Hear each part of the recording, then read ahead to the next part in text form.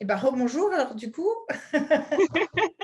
On ne se quitte plus. on ne se quitte plus. Voilà. Bah, écoute, c'est un peu de ta faute parce qu'on a fait un premier zèbre interview. Tu nous as parlé de ton livre, hein, Main dans la main vers un monde plus sensible, celui-là, qu'on ne voit pas très bien à l'écran, mais on mettra les références, c'est pas grave. Voilà. Et puis, ben, moi, comme je suis curieuse, je suis allée le voir, ce livre. Je l'ai acheté, je l'ai lu. Et j'avoue que c'est ce que je te disais, hein, je ne sais pas comment l'exprimer, mais ça m'a vraiment parlé au-delà des mots. C'est vraiment, ça m'a bousculé à l'intérieur. Et je me suis dit, bah, il faut qu'on en parle encore plus et puis en faire profiter tout le monde parce que ouais, je me suis retrouvée à 200% là-dedans. C'est vraiment, tu as su mettre des mots sur des choses que je ne saurais pas exprimer. J'étais vraiment en phase. Et, ouais, j'ai trouvé ça juste waouh, c'est vraiment super. Et, euh, et puis, bah, d'abord, je vais peut-être te laisser nous expliquer, parce que ce n'est pas à moi de parler de ton livre, hein, finalement. Tu C'est feras mieux que moi. quand même très agréable de t'entendre en parler, de t'entendre dire combien ça t'a touché, ça a résonné pour toi. Ça touche à l'essentiel de pourquoi sortir, pourquoi mettre en mots des choses de l'intime de soi, pour rencontrer l'autre, pour lui permettre de se rencontrer peut-être aussi à travers nos mots. Donc, j'aime bien quand tu parles du livre, mais je veux bien bosser aussi.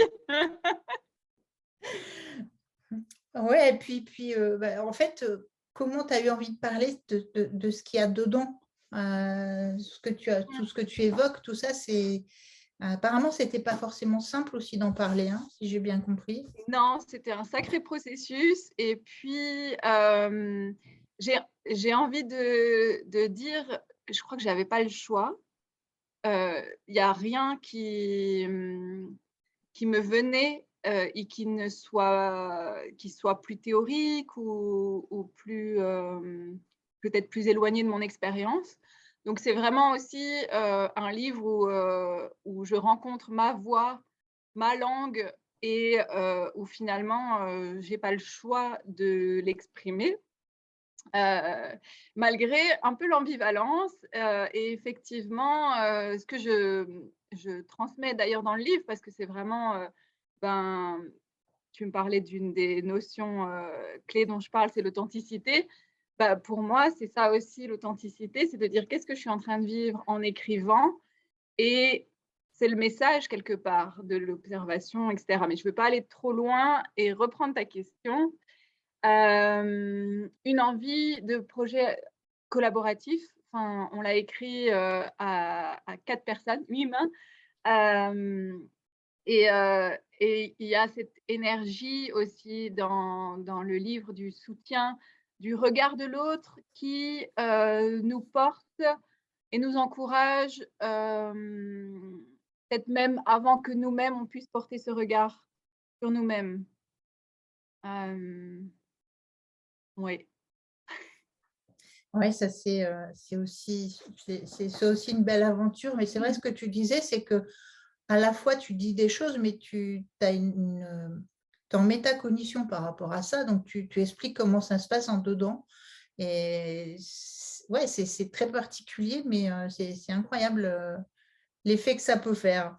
Et Et excuse-moi, je ne veux pas t'interrompre, mais je veux dire à quel point ça me touche d'avoir ton retour, parce que et ça se voilà, je l'exprime dans les lignes, il y a effectivement une grande peur.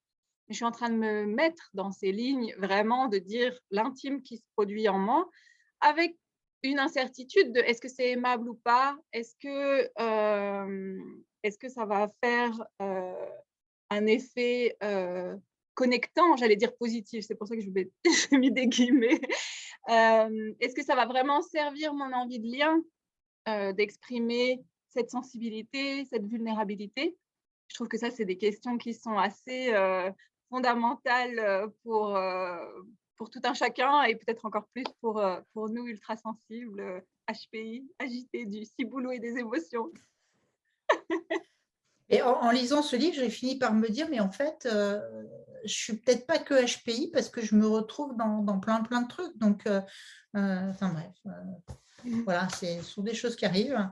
Et puis, pour revenir à ce que tu disais, si tu me permets, j'aimerais bien lire un tout petit extrait voilà, tu parles beaucoup d'authenticité.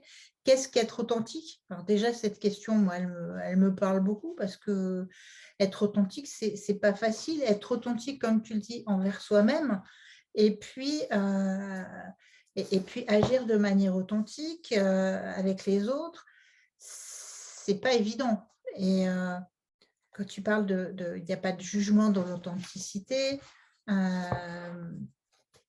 il s'agit là finalement d'oser être moi, d'oser dire ma vérité, mon expérience vivante. Alors que je retrouve mon petit poil là. Ces peurs, cette terreur que j'ai dû sentir et traverser pour que tu puisses lire ces mots, c'est à mon avis le processus sans cesse à renouveler d'oser être moi. Oser être soi, c'est un des trucs les plus difficiles que j'ai jamais connus. Et tu le dis et tu le fais. Effectivement, ça n'a pas dû être simple. Merci, oui, et puis c'est frappant de t'entendre dire ces mots de terreur, parce que ça dit bien la puissance de l'émotion et en même temps que là, c'est encore à renouveler. Oh là là, j'ai écrit ça et maintenant, je dis dans une vidéo que en fait, ça me terrifie d'être moi. Oui, il y a plein de choses qui viennent en tête. Ah, bah, pour les autres, c'est plus facile. La comparaison, ça, on maîtrise bien. Et de revenir, ah bah oui, j'ai peur, même ça me terrifie. Bon, bah, comment je prends soin de cet aspect-là pour aller vers l'autre et oser exprimer qui je suis, ma singularité, etc. Parce que sinon, évidemment, avec une telle peur, et qui n'est pas venue nulle part, hein, il y a des blessures, il y a des expériences traumatiques, c'est de dire, bah, sinon je vais me blinder, devenir invulnérable, comme ça, je ne prends pas le risque. Mais cette version invulnérable de moi, c'est pas moi. Enfin, c'est pas le moi authentique. Oui, cette authenticité dans un monde où finalement, on est tous à porter des masques, des tas de choses. Il n'y a qu'à regarder les réseaux sociaux. Tout le monde est beau, tout le monde est gentil, tous les entrepreneurs ont plein de succès, tout le monde est fort, tout le monde est costaud, alors que dans la réalité, on sait très bien que ce n'est pas le cas, ce qui pousse aussi des gens à se dire « mais c'est moi qui ne suis pas normal ou quoi ?» Oh oui. Cette thématique d'être vraiment soi, c'est ouais, c'est vraiment aller chercher, s'ouvrir et je comprends tout à fait ta terreur. Merci, ça fait du bien qu'elle soit rejointe avec douceur. Elle est rejointe et partagée. Eh ben, main dans la main, on a peut-être un peu moins peur. Oui, c'est vrai. Et puis, quand on a préparé un petit peu l'interview, tu m'as dit, mais il y a autre chose que j'aimerais partager. Et là, je te laisse peut-être nous lire ce que tu m'as envoyé. Oui, alors, j'ai écrit la seule chose sur laquelle nous pouvons nous appuyer et dans lequel nous pouvons nous reposer, c'est le processus de mettre de la conscience. Je parle trop vite, je vais le redire. La seule chose sur laquelle nous pouvons nous appuyer et dans lequel nous pouvons nous reposer, c'est le processus de mettre de la conscience sur ce que nous vivons et de l'entourer d'amour. Ouais. Tout un programme, non? Ah oui, tout un programme. Donc, comment tu vois les choses là-dedans? Oui, oui, oui. Alors, c'est venu dans un échange avec une amie chère à mon cœur qui, qui me partageait des tentatives de compréhension de l'autre ou de son environnement ou des éléments, ce que je fais tout le temps, hein, je donne Et, et je lui disais à quel point ça me paraissait pas une information, même si elle avait une réponse, ça me paraissait pas être une information sur laquelle elle pourrait s'appuyer, appuyer sa sécurité qu'elle cherchait là. Et, et du coup, m'est venue, mais du coup, où est-ce qu'on trouve cette sécurité-là? Où est-ce que je la trouve? Et à la fois dans cette dimension de conscience, l'authenticité dont on parlait, je m'observe sans jugement, je regarde ce qui se passe à l'intérieur. Donc cette recherche de conscience-là. Et puis, ce qui me semblait important et qui est, peut-être c'est mes lectures qui sont manquantes, mais moins dit, c'est l'aspect d'accueil et d'entourer nos découvertes d'amour, de pouvoir le contenir dans un espace où c'est OK, où peut-être ce sur quoi je vais devoir m'appuyer, c'est tous mes manques, c'est toute mon incertitude, mon ambivalence, mon imperfection. Et en même temps, il me semble que c'est beaucoup plus solide que des certitudes, des je vais là, des objectifs, d'une rigidité. Donc c'est un peu paradoxal, mais il me semble qu'on peut davantage s'appuyer sur le mouvement et la souplesse que sur quelque chose de rigide avec nos esprits.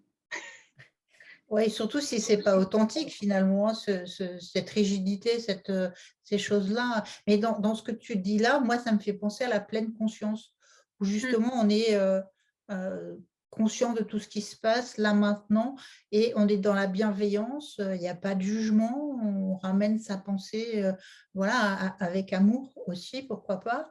Ça me fait un peu penser à cette démarche-là qui, enfin, je partage tout à fait ce que tu dis, c'est plus efficace et plus…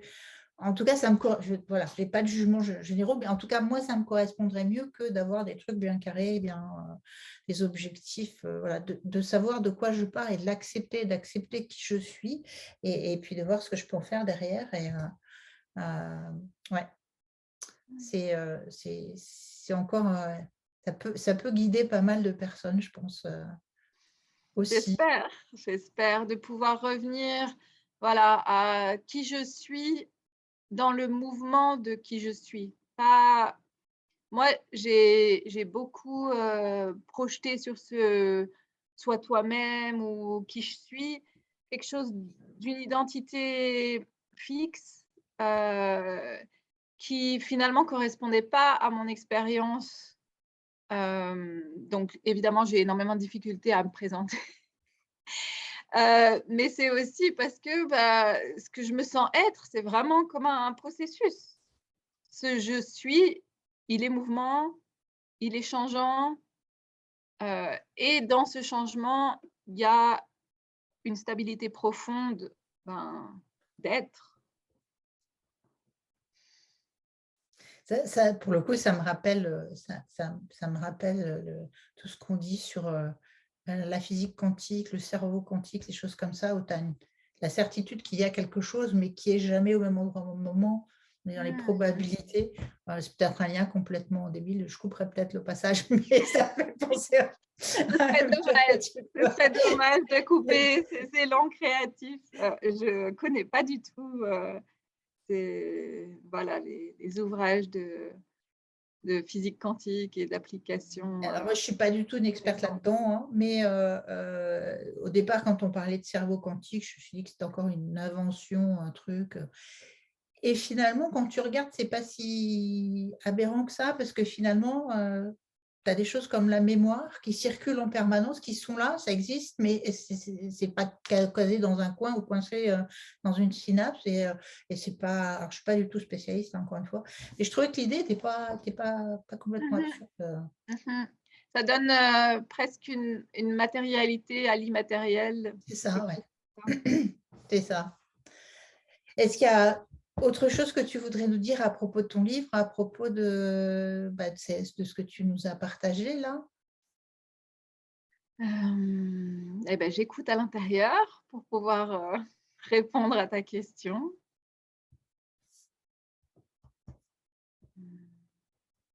Et ça me donne peut-être l'occasion d'évoquer le temps que ça prend de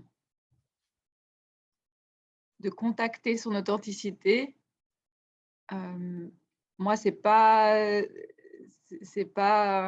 au même niveau que si tu me demandes s'il fait beau chez moi aujourd'hui. Il faut que j'aille vérifier, que j'aille me poser la question et que j'assume du coup d'avoir un temps de réponse que je trouve peut-être long ou plus socialement bizarre